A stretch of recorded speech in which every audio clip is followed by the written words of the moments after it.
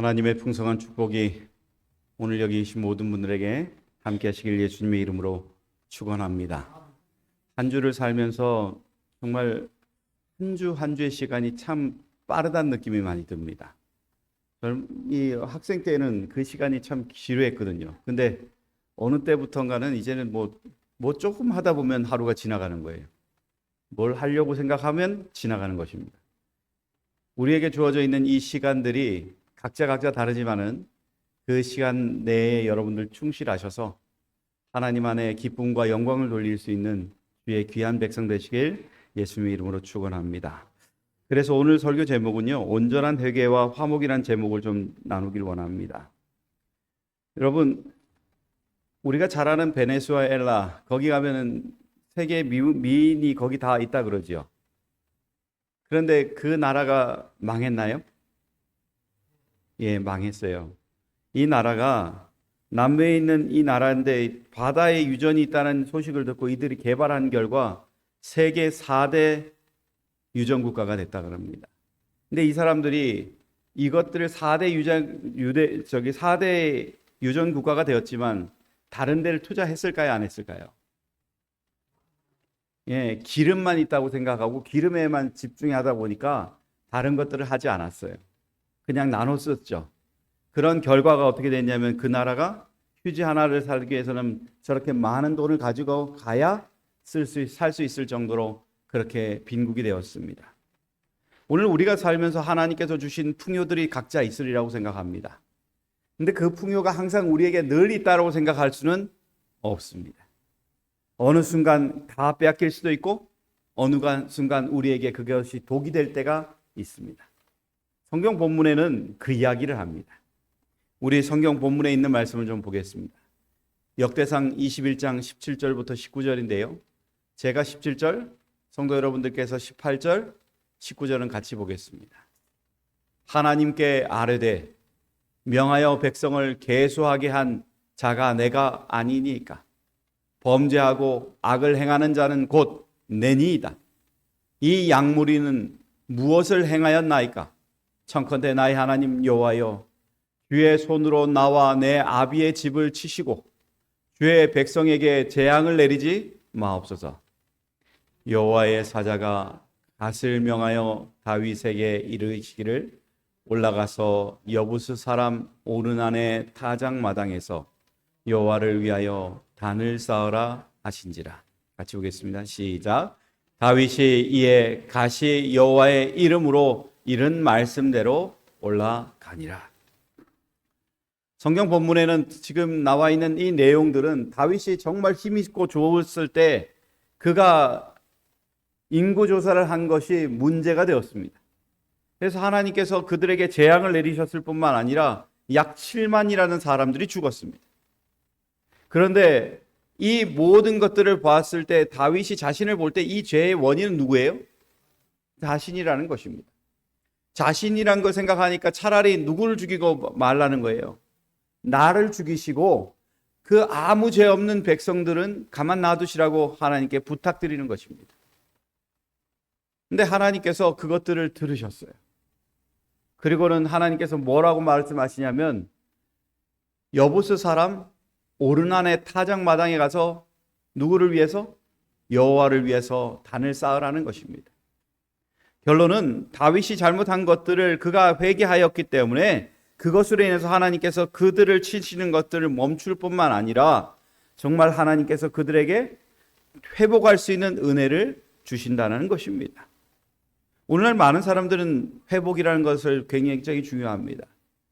아픈 사람에게는 회복이 중요한가요? 중요하지요. 그리고 마음 상처 받은 사람에게 회복 중요할까요? 중요합니다. 어려운 국가에 나라가 어려움을 겪었을 때 그 나라가 회복하는 것 중요합니까? 중요합니다. 우리의 삶에 있어서 이 중요한 것들이 있음에도 불구하고 우리가 안 좋은 처지에 놓여 있는 이유를 우리는 좀 찾아볼 필요가 있습니다. 다윗이 인구조사한 것이 뭐가 잘못일까요? 왜 하나님께서 그를 징계하셨을까요? 예언의 시내는 거기에 대해서 이렇게 말합니다. 노란색 같이 읽어볼까요? 시작. 왕이 이 일을 한 것은 교만과 야심 때문이었다. 백성을 계수함으로 다윗이 왕위에 오를 때에 나라가 약하였던 것과 그의 치세 아래 나라가 강하고 번영한 것 사이에 큰 차이가 나타날 것이다. 다윗이 그 나라의 왕이 되기 전까지 그 나라가 강한 나라였어요? 약한 나라였어요? 약한 나라였어요. 늘 외세의 침입을 받으며 침탈당하고 빼앗기는 것이 그들의 일이었어요. 그런데 다시 다윗이 치세하는 동안에는 강성해졌습니다. 그리고 나라 동방에서 그나마 그 힘이 얼마나 강한지 주변에서도 인정할 정도로 힘이 세졌어요. 먹고 사는 것도 풍요로워졌습니다. 모든 것이 안정적이 되었어요. 그런데 다윗은 그 가운데 자신의 나라가 더 부국이 되기를 원하는 것입니다. 뭔가 하나 잊어버린 거예요. 다윗에게 하나님께서 주시는 것은 하나님을 의지한 결과 왕이 된 것이지 그가 똑똑해서 하나님께서 그를 부르신 것이 아니라는 것입니다. 중요한 것은 하나님께서 그에게 필요한 것들이 무엇인지, 그리고 그 나라에 필요한 것이 뭔지를 아시기 때문에 전적으로 이 나라는 하나님께서 함께 하실 때 그 나라가 강성해짐을 보여주셨던 것입니다. 그러기에 여러분, 오늘 우리에게 사는 것들을 들여다보면서 우리는 우리 자신을 한번 좀 들여다볼 필요가 있습니다. 내가 어떻게 우리 집을 이렇게 만들었는데, 내가 어떻게 이만큼 성장했는데 라고 얘기할 때가 간혹 있지 않습니까? 그때마다 여러분 기억하십시오. 우리가 이렇게 된 것은 누구의 은혜라고요? 하나님의 은혜라고요. 저는 제가 그 얘기는 할 수 있어요. 원래 아무것도 없었으니까. 그죠? 특별한 것도 없고 아무것도 없었던 사람이 이제 밥 세 끼 먹는 것만 아니라 아이에게 뭐 하나 마음 놓고 사줄 수 있다는 것이 그게 복이 아닌가요? 비록 집이 없어도 돼요. 뭐 집이 없으면 언젠가는 구입하겠지요. 그러나 지금 있는 이 상황만으로도 하나님께서 주신 그 복이라는 것들을 생각한다면 우리의 신앙관과 그리고 우리의 삶의 목표는 하나님과 얼마나 깊은 관계로 회복되느냐가 우리의 삶을 큰 원동력으로 바꿔놓는 은혜가 된다는 것을 기억하게 되는 것입니다. 다윗은 교만해졌어요. 그리고 야심으로 인해서 자신이 뭔가 할 거라고 생각했습니다. 근데 그 결과가 뭐냐는 거예요. 천사가 뭐 빼들었다고 말해요? 칼을 빼들었다고 말합니다. 16절엔 이렇게 말합니다. 같이 보겠습니다. 시작. 다윗이 눈을 들어보매 여호와의 사자가 천지 사이에 섰고 칼을 빼어 손에 들고 예루살렘 편을 가리켰는지라. 다윗이 장로들로 더불어 굵은 배를 입고 얼굴을 땅에 대고 엎드려 이렇게 말합니다. 다윗이 그 잘못한 것으로 인해서 하나님은 칼을 뽑았어요. 그래서 7만 명이 죽었습니다. 또 다른 사람이 죽을 것 같으니까 다윗은 뭐 하냐면 하나님께 차라리 나를 죽이고 그리고 난 이후에 하나님 이들을 행복하게 살게 해달라고 부탁하는 것입니다. 어쩌면 진심으로 다윗은 베옷을 입음으로 인해서 그 자신이 얼마나 하나님 앞에 죄를 지었는지를 깨닫고 하나님 앞에 용서를 구한 진정한 회개로 돌아간 것입니다. 네, 여러분, 그가 회개함으로 하나님께서 어떻게 하셨는가? 회개함으로 하나님께서 어떻게 하셨는가? 그 칼을 다시 내리셨다는 것입니다. 그런데 여러분, 이것이 사실 다윗의 잘못 때문에 이루어졌을까요? 다윗이 전적으로 잘못해서 이루어졌을까요? 성경절을 보다 보면 다윗만의 잘못은 아니었습니다. 사무엘하 24장 1절에 이렇게 말합니다. 같이 한번 보겠습니다. 시작.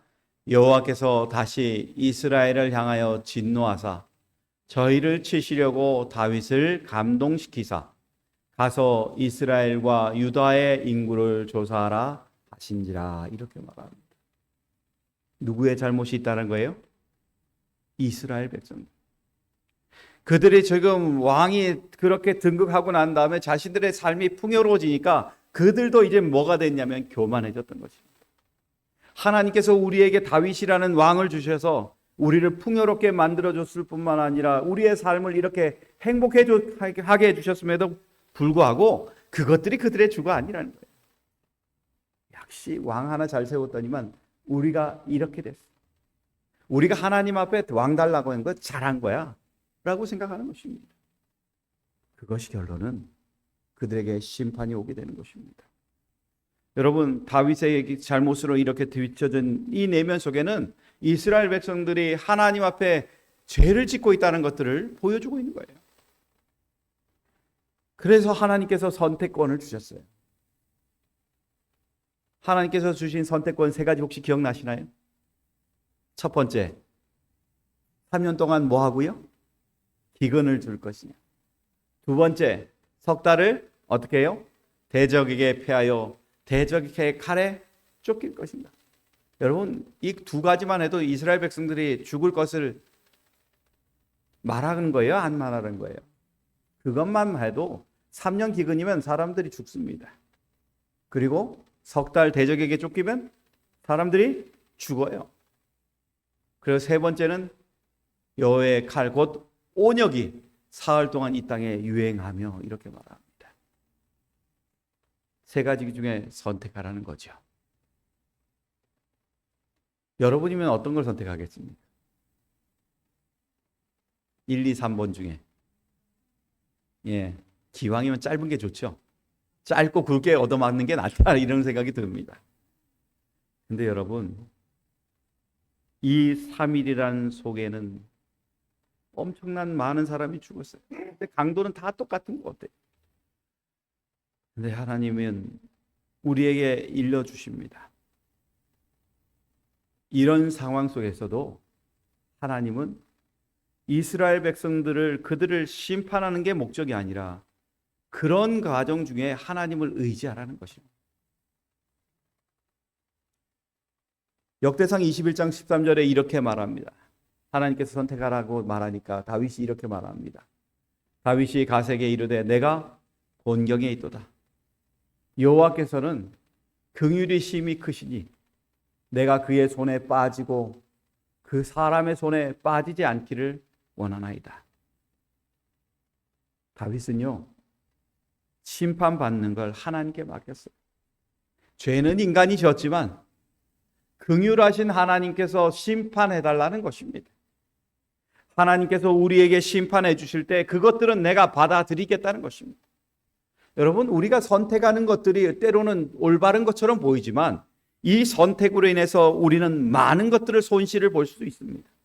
그러나 하나님에 대한 선택, 하나님께서 우리에게 인도하시는 그 선택의 결과는 하나님의 뭐가 반드시 들어가 있냐면 긍휼이 들어가 있는 것입니다. 죄악이 아무리 많더라도 그 속에서 하나님은 긍휼로서 그 사람들을 치시고 그 가운데 희망을 허락하신다는 것입니다. 여러분, 긍휼이라는 단어가 이게 어디서 나온 말이냐면 바로 여성의 자궁입니다. 여러분, 여성의 자궁이 자녀를 낳는데 중요할까요? 안 중요할까요? 중요하지요. 여성의 자궁이 얼마나 소중하면은 그 자궁이 허물어도 안 되고 약해도 안 됩니다. 약하면 그만큼 어려운 것이죠. 근데 하나님께서 이스라엘 백성들을 어떻게 생각하시냐면 바로 이 자궁이 소중한 것처럼 하나님의 긍휼은 그만큼 소중하다는 거예요.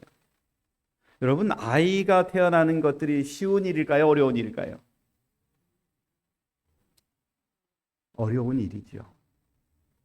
저희가 이렇게 안사람이 지금 이렇게 몸이 이렇게 비대해진 것은 이유가 다 저 때문입니다. 왜냐하면 저희가 아이를 가질 때마다 계속 유산을 했어요. 근데 주헌이를 가졌을 때에 또 유산기가 있었어요. 갑자기 양수가 이렇게 흘러내리는 것입니다. 이 양수가 흘러내리니까 의사 선생님이 뭐라 그럴까요? 집에 가만히 누워 있으라는 것입니다. 벌써 몇 아이를 잃어버렸기 때문에 우리가 지금 할 수 있는 건 이 아이라도 지켜야 되는 거예요. 그래서 한약방에 가서 장모님은 가셔서 한약 지어오시고, 제 안사람은 그냥 집에서 가만히 누워 있는 거예요. 아무것도 못해요. 또 잃어버릴 수 있으니까. 그래서 가만히 있는 것입니다. 근데 하나님의 심정은 어떨까요? 하나님 앞에 있는 하나님의 백성들, 긍휼의 하나님이 보시기에 이 자궁 속에 있는 아이의 모습이니 얼마나 소중하겠어요. 그 아이가 소중하기 때문에 하나님은 그래도 최소화시키고 최대한 그들을 보호하는 방법을 선택하셨다는 것입니다. 여러분, 저와 여러분의 삶 속에 우리 하나님이 우리를 지키시되 긍휼로서 지키시는 하나님이 계심을 감사하시기 바랍니다. 하나님께서 우리를 긍휼로 지키시는 하나님이시기에 우리의 잘못이 아무리 크더라도 그것에 대한 피해는 작아질 수밖에 없다는 것을 성경은 우리에게 알려주는 것입니다. 역대상 21장 8절에 보면 이렇게 말합니다. 다윗이 하나님께 아뢰되 내가 이 일을 행함으로 큰 죄를 범하였나이다. 이제 간과하옵나니 종의 죄를 사하여 주옵소서. 내가 심히 미련하게 행하였나이다. 어떻게 행했다고요? 미련하게. 여러분, 이 미련하게 행했다는 말은 내가 하나님을 아는 지식이 작았다는 거예요.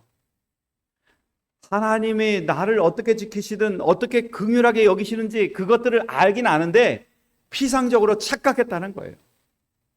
여러분, 오늘 우리가 하나님의 백성으로 살면서도 하나님께서 여러분을 정말 긍휼의 사랑으로서 돌보신다는 것을 믿으십니까?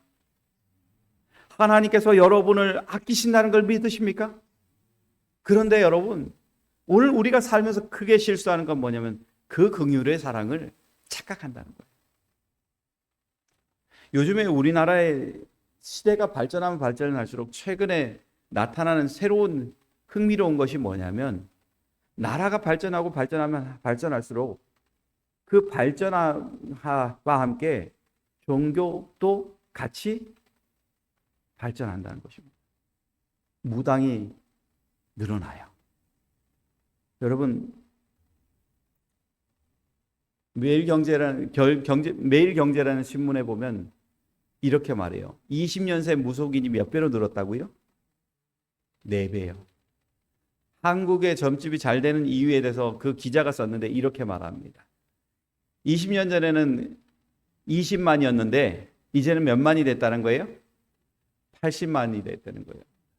국내 무속인 수는 2000년대 초반 20만 명에서 올해 4배 가까이 늘었다. 과학기술은 무서운 속도로 발전하지만 여전히 힘든 일이나 고민이 있을 때 무당을 찾는 사람들이 뭐하다? 많다는 거예요. 이게 또 너무 말이 안 맞죠? 근데 기독교인이라도 무당을 찾는 사람이 있을까요? 있다는 거예요. 하나님께서 나와 함께 계신다고 말하고 그렇게 다니지만은 정작 중요할 때는 어떻게 해요? 무당인데 가서 알아보는 거예요. 우리에게는 그 무당보다 더 나은 하나님이 계심에도 불구하고 사람들이 거기에 가서 묻는다는 것입니다. 사람은요, 하나님의 뜻이 어디에 있는지 그것들을 생각하는 것이 아니라 나에게 주어져 있는 지금 눈앞에 있는 사건들을만 생각하는 그런 연약한 눈이 있기 때문에 그렇습니다. 여러분, 이 망령되이라고 말하는 것들은 다윗에게만 말하는 것이 아니라 사울에게도 똑같이 표현되고 있어요.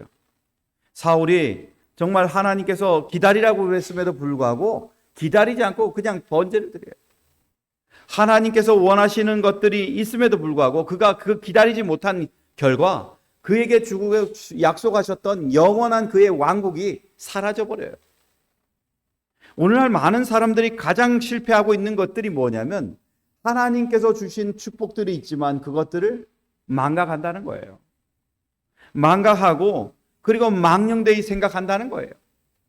하나님께서 주셨지만은 그 축복이 나에게로부터 시작된 것으로 착각한다는 것입니다. 그러게 여러분, 오늘 우리 자신의 삶을 되돌아보면서 하나님께서 나를 인도하신 그 걸음이 얼마나 소중한지를 찾으시는 하나님의 백성이 저와 여러분 되시기를 간절히 바랍니다. 성경에는 우리에게 이해합니다. 내 백성이 뭐가 없어 망한다고요? 지식이 없다고요. 누구에 대한 지식? 하나님에 대한 지식이 없다고 말하고 있습니다. 그래서 성경에 또 말합니다. 우리가 여호와를 아는데 뭐 어떻게 알자고요? 힘써서 알자고요. 여러분, 우리가 살면서 하나님의 백성이라고 말하지만 우리 하나님께서 얼마나 긍휼하신지를 알기 위해서는 매 순간마다 하나님과의 관계의 고리가 연결될 때 그것이 가능하신 것입니다. 우리 하나님께서 나를 긍휼히 여기셔. 그건 알아요. 근데 어려움이 닥치면 긍휼히 여기는지 안 여기는지 알 수 있을까요? 없을까요? 기도할 때 그것들이 드러납니다. 기도할 때 우리는 하나님께서 나를 긍휼히 여기실 때 끊임없이 들려주는 음성을 들을 수가 있어요. 저희가 살면서 보면서 매번마다 느끼는 거는 하나님을 묵상하고 살아갈 때에 하나님께서는 우리에게 끊임없이 말씀으로 이야기합니다. 끝이 아니야, 이렇게 말해줘. 근데 세상은 어떻게 하냐면 끝이야, 이렇게 말합니다. 우리가 어렵고 상황이 좋지 않을 때 사람들은 긍정적인 걸 바라보는 것이 아니라 부정적인 걸 바라봅니다. 그게 우리의 눈이에요. 근데 하나님을 알자는 건 뭐예요?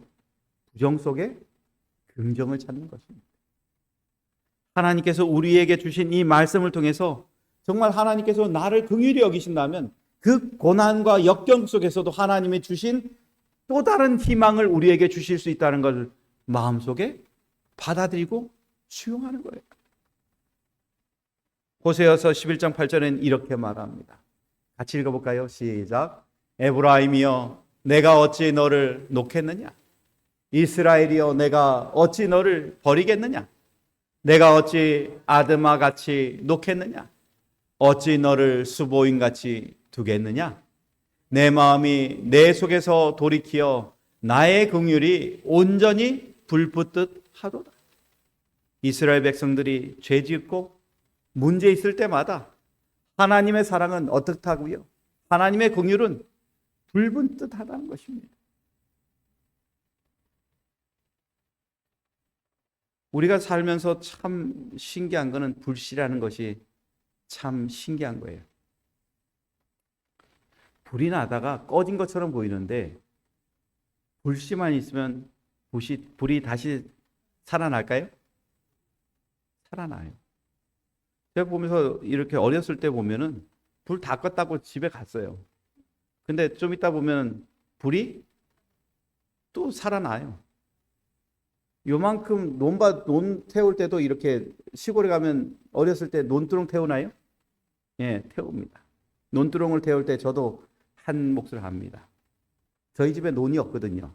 친척 집에 가면 논이 있는데 거기에서 불 한번 질러고 보는 겁니다. 같이 불 질러고 옵니다. 그런데 이렇게 불이 다 탔다고 생각해서 끝났다고 생각하고 돌아오는데 좀 있다 보면 어떻게 하고 있냐면 바람이 확 부니까 다시 살아나는 거예요. 신기한 거예요. 그게 무슨 힘이 있다고. 근데 여러분, 하나님의 사랑은 어떤 때는 우리에게 그냥 식어버린 불과 같을 때가 있는데 우리가 죄 짓고 하나님의 긍휼을 바라는 그 기도를 하는 그 순간부터 하나님의 사랑의 불씨는 또 환하게 그리고 불붙듯이 붙어지는 것입니다. 저는 여기 계신 분들이 여러분의 신앙이 약해져서 하나님 앞에 벌 받는다라는 느낌을 받을 때 하나님의 긍휼을 생각하는 주의 백성이 되시기를 간절히 바랍니다. 성경에서는 하나님께서 말합니다. 우리 같이 노란색 읽을까요? 시작. 자비롭고 은혜롭고 노하기를 더디하고 인자와 진실이 많은 하나님이로라. 여러분, 세상 사람들은 우리에게 잘못하면 죽는다라고 말하지만 하나님은 진멸이 아닌 소망으로 우리를 부르시는 하나님이심을 기억하시고 하나님 앞에 내 신앙의 불이 꺼지더라도 다시 한번 살릴 수 있는 하나님을 바라보며 살아가는 주의 백성 되시길 간절히 바랍니다. 에가서 3장 22절에 이렇게 말합니다. 같이 보겠습니다. 시작. 여호와의 자비와 긍휼이 무궁하심으로 우리가 진멸되지 아니함이니이다. 하나님의 사랑이 무궁하게 우리가 지은 죄가 아무리 많더라도 우리가 지금도 하나님의 긍휼로 살아있음을 감사하는 주의 백성 되시길 간절히 바랍니다. 두 번째는 우리가 좀 하나님의 백성으로서 하나님께서 우리에게 심판하신 그 목적들을 들여다보며 우리는 생각해 볼 필요가 있습니다. 하나님의 심판은 우리로 하여금 회개하게 만듭니다. 근데 회개하게 하는데 어떻게 하냐면 온전한 회개를 만들어 놔요. 여러분, 하나님께서 이스라엘 백성들에게 주신 것들, 그리고 다윗에게 말한 것들이 뭐냐면 바로 어디 가서 번제를 드리라고요? 하나님의 약속하신 여부스 땅으로 가서 여부스에 가서 여부스 사람 오르난의 타작 마당에 다윗이 정한 그곳에 가서 번제를 드리라는 것입니다. 하나님께서 정하신 곳에 가세요. 그런데 여러분, 여기서 봐야 될 것들이 뭐냐면 다윗이 그 땅을 사요. 그 땅을 사는데 거기서 말한 것이 이것입니다. 이것 여호와의 하나님의 뭐라고요? 전이요 이는 이스라엘의 번제단이라. 근데 그것이 다윗에게 끝난 것이 아니라 역대하에 보면은 솔로몬이 거기다 뭘 져요? 성전을 짓습니다. 그것은 전에 여호와께서 그의 아버지 다윗에게 나타나신 곳이요 여부스 사람 요르난의 타작마당에 다윗이 정한 곳이라고 말합니다. 여러분, 이곳이 얼마나 소중하게 거기서 하나님께서 번제를 드리라고 했을까요? 죄지은 다윗을 향해서 왜 그곳으로 오라 하셨을까요? 진정한 회개를 통해서 정말 하나님께서 그의 죄의 용서함을 경험하는 곳이 되게 하길 원하시는 곳인 것입니다. 여러분, 이 땅은 어떤 곳이냐면 사실은 우리가 잘 아는 것처럼 아브라함에게 하나님께서 말씀하신 장소입니다. 하나님께서 아브라함에게 말합니다. 어디로 가라고요? 내가 지명한 땅으로 가라고 말씀하십니다. 아브라함이 이삭을 죽이려고 어느 산으로 가요? 모리아 산으로 갑니다. 모리아 산에 가서 이삭을 죽이려고 그럴 때 하나님께서 그거를 죽이게끔 놔두셨어요? 죽이지 않도록 하셨습니까? 죽이지 않도록 하셨다는 것입니다. 죽이지 않게 하신 목적이 뭐였을까요?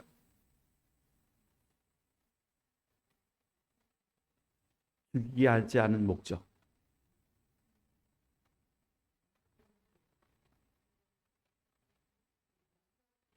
예, 말씀하셨으니까. 여러분, 하나님께서 그 모든 이야기의 스토리의 시작과 끝을 누가 주관하기 때문에 그래요? 하나님께서 주관하시기 때문에 그렇습니다. 하나님께서 주관하시는데 거기에 있는 수양도 어떻게 하셨어요? 하나님이 준비하셨어요. 하나님의 긍휼의 사랑은요, 우리가 우리의 죄 때문에 자식을 죽여야 되는 그 슬픔 가운데서도 그것들을 누구에게 돌리는 거예요? 바로 독생자 대신 예수 그리스도에게 돌리는 것입니다. 하나님이 우리에게 원하시는 것은 죽이는 게 목적이 아니에요. 사는 방법을 찾으라는 것입니다. 성경에는 이렇게 말합니다. 요한일서 4장 10절에 사랑은 여기 있으니 우리가 하나님을 사랑한 것이 아니요 오직 하나님이 우리를 사랑하사 우리 죄를 위하여 화목제로 그 아들을 보내셨습니다. 여러분, 이 죄악이 관영하고 문제가 많을 때 우리는 답을 어디서 찾아야 될지를 생각하게 됩니다.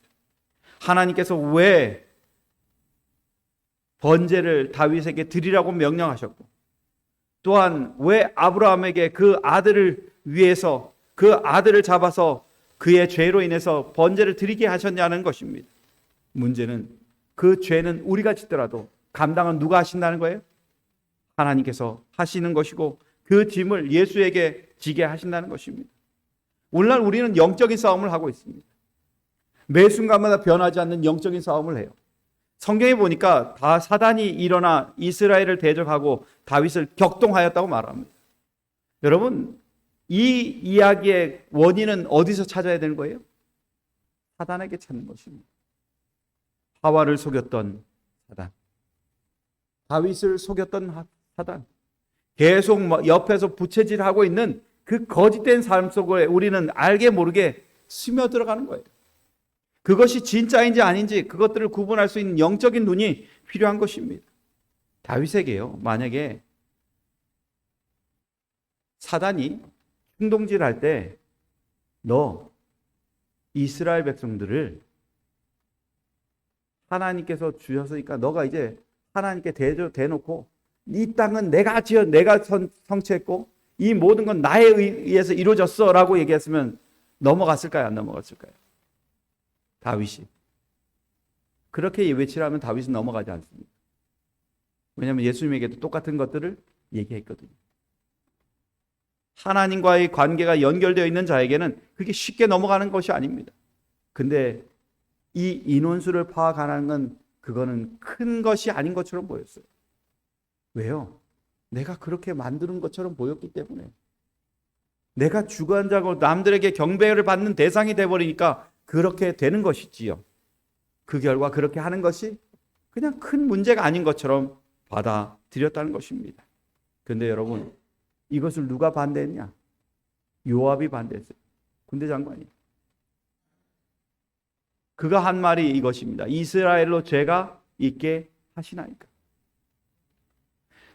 이 인원을 세는 것은 하나님의 명령이라면 자기는 얼마든지 따르겠지만 왕의 명령일 때는 따르지 않고 싶다는 거예요.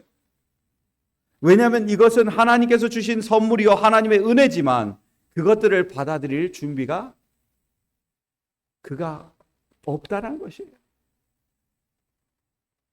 여러분, 죄는요 사람으로 하여금 죄로 죽게 만듭니다. 요한복음 8장 24절에 이렇게 말합니다. 같이 한번 읽어볼게요. 시작. 이러므로 내가 너희에게 말하기를 너희가 너희 죄 가운데서 죽으리라 하였노라. 너희가 만일 내가 그인 줄 믿지 아니하면 너희 죄 가운데 죽으리라. 예수 그리스도를 받아들이지 않으면 너희는 뭐 가운데 죽는다고요? 죄 가운데 죽는다는 거예요. 여러분, 우리가 죄 가운데 산다는 것들은 참 무서운 것입니다. 하나님이 나와 함께 계시는 그 긍휼의 사랑이 있다라고는 알고 있지만 죄 가운데 멈춰 있다면 결론은 뭐 때문에 죽는다고요? 죄로 끝난다는 것입니다. 여러분, 미국의 경제학자 밀턴 프리드먼이 한 말이 있는데 이게 뭐냐면 영어로 이렇습니다. There's no such thing as a free lunch. 이 말이 뭐냐면 세상에 공짜 점심은 없다라는 것입니다. 여러분, 세상에 공짜 점심이 있을까요? 없을까요?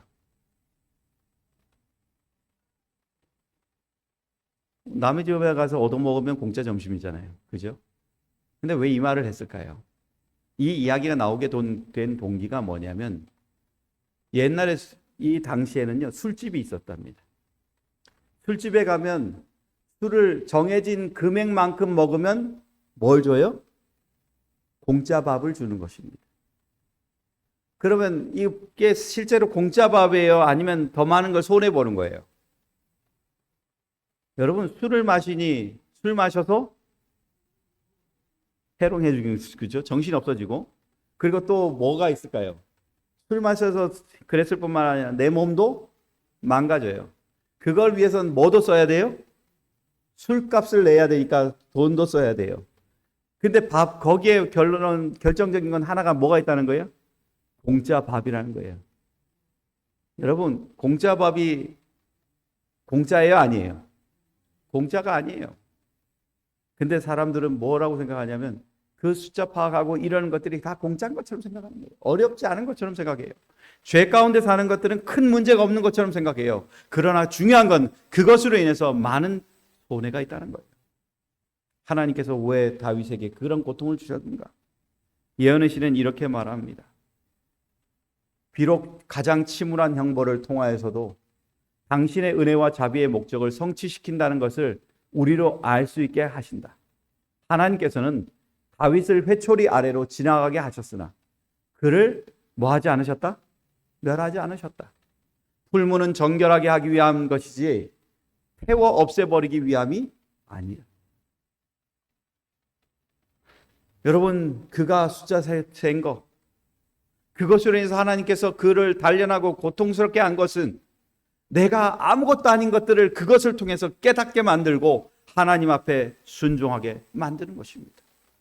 성도 여러분, 혹시 여러분이 살면서 내가 이만큼 했어라고 기분 좋아할 때 고난이 닥치거나 어려움이 닥치면 여러분, 그 시간을 통해서 하나님의 회초리 안으로 들어가는 것을 두려워하지 않는 하나님의 백성 되시길 간절히 바랍니다. 하나님은요, 우리의 고난의 회초리로 인해서 우리를 아주 가볍게 만들어놔요. 정말 하나님께 드려지는 것이 얼마나 귀하고 소중한 것인지 아는 것입니다. 여러분은 공짜를 좋아합니까? 돈 지불하는 걸 좋아하십니까? 지불하는 거요. 하루는 제 아들이 제 이마를 보더니만 이러는 것입니다. 공짜를 좋아하더니만 이마가 벗겨지기 시작하는구나, 이러는 거예요. 야, 아직은 안 벗겨졌는데, 그러니까 아니야, 전보단 조금 벗겨진 것 같아, 이러는 거예요. 그 결론은 뭐 좋아한다는 거예요? 공짜 좋아한다는 거예요. 내가 공짜를 좋아하나 이런 생각도 하지만은 아들이 그러니까 그냥 농담으로 받아들였습니다. 근데 여러분, 하나님의 은혜를 경험하는 사람과 경험하지 않는 사람은 다른 것입니다. 여러분, 여기에 보면 오르나는 다윗이 이것을 하나님께서 하라고 그러니까 오르나니 한 말이 뭔지 한번 보세요. 오르나니 소들은 번제물로, 곡식 떠는 기계는 화목으로, 밀은 소재물로 삼으시기 위하여 다 뭐합니다? 드립니다. 하나님께서 원하시면 나는 이걸 다 드릴 수 있어요. 왜요? 하나님께서 내가 이방인이지만 나에게 축복을 하셔서 이렇게 풍성하게 만들었으니까. 그런데 다윗은 하나님의 고난의 시간을 지나고 난 이후에 그가 한 말이 뭐예요? 내가 뭐해서 쓰겠다고요? 값을 지불하겠다는 것입니다. 하나님께서 주신 그 풍부가 있지만은 그 풍부로 인해서 이것들을 하나님께 드리기 위해서는 공짜로 받을 수가 없는 것입니다. 이 성전을 드리기 위해서 그는 공짜가 아니라 하나님께서 주신 축복으로 남에게 선대하는 삶을 사는 것입니다.